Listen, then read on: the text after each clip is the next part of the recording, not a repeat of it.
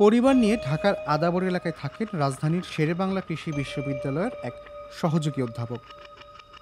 1 ফেব্রুয়ারি রাত 9:30 বিশ্ববিদ্যালয়ের কাজ শেষে বাসায় ফেরার জন্য সেই সহযোগী অধ্যাপক শেরেবাংলা নগর থেকে একটি লোকাল বাসে ওঠেন।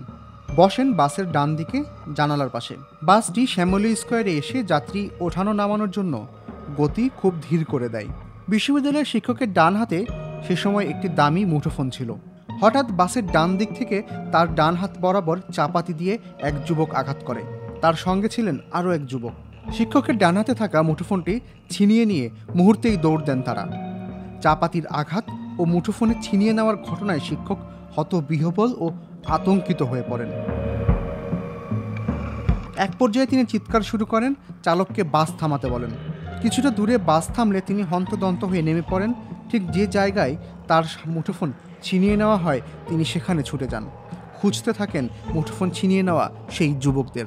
প্রায় 30 মিনিট শ্যামলী স্কোয়ারের সামনে অবস্থান করেন তিনি।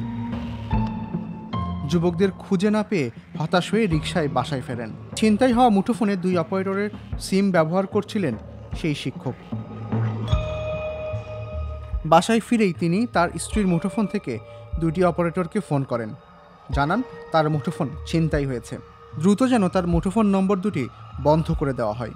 ঘটনার দিন দিবাগত রাত 12টার পর তিনি তার স্ত্রীর মুঠোফোন থেকে ছিনতাই হওয়া মুঠোফোনে কল করেন।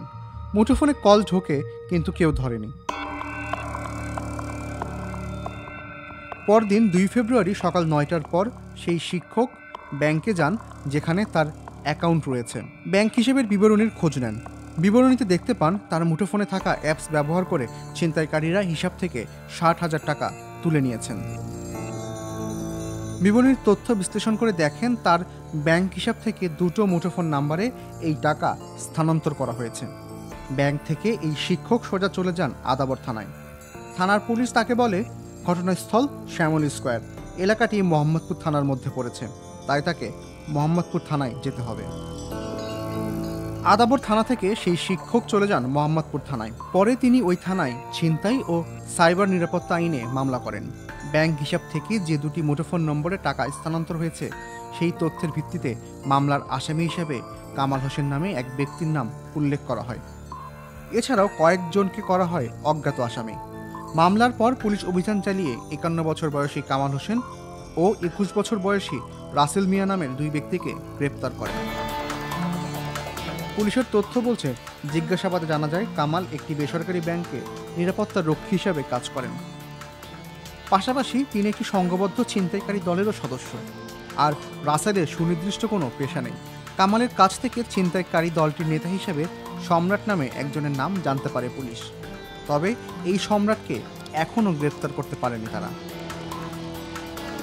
কামাল ও রাসেল গ্রেপ্তার হওয়ার কয়েকদিন পরের ঘটনা। আদাবর এলাকার বাসায় অবস্থান করছিলেন শেরেবাংলা কৃষি বিশ্ববিদ্যালয়ের এই শিক্ষক। হঠাৎ বাসা নিরাপত্তা রক্ষী তাকে জানান 2জন লোক তার সঙ্গে দেখা করতে চান। পরে তিনি 2 ব্যক্তির সঙ্গে কথা বলেন, দেখা করেন। 2 ব্যক্তির একজন নিজেকে গ্রেপ্তার হওয়া কামালের ছেলে বলে পরিচয় দেন। কামালের ছেলে এই শিক্ষককে প্রস্তাব দেন তিনি যেন মামলাটি তুলে নেন। আসামির ছেলের মুখে এই কথা শুনে ভয় পেয়ে যান সেই শিক্ষক। এ প্রসঙ্গে তিনি প্রথম আলোকে বলেন, আমার মোবাইল ফোন ছিনতাই করলো, আমার ফোনের মাধ্যমে আমার ব্যাংক হিসাব থেকে টাকা নিয়ে নিল, আমি মামলা করলাম।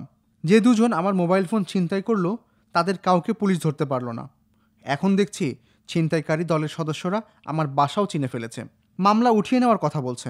এখন আমার স্ত্রী সন্তান বলছে বাসা পরিবর্তন করতে। আমিও বাসা পরিবর্তন করার চিন্তা করছি। ছিনতাইয়ের শিকার হওয়ার পর থেকে আতঙ্কে দিন কাটছে শেরেবাংলা কৃষি বিশ্ববিদ্যালয়ের এই সহযোগী অধ্যাপকের।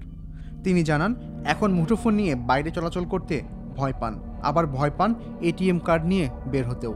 শেরেবাংলা কৃষি বিশ্ববিদ্যালয়ের এই শিক্ষক বলেন, প্রতিদিন কারো না কারো মোবাইল ফোন ছিনতাই হওয়ার খবর জানতে পারি। বেশিরভাগ মোবাইল ফোন উদ্ধার হয় না। যার মোবাইল যায় সে জানে কতটা ঝুঁকিতে সে পড়েছে।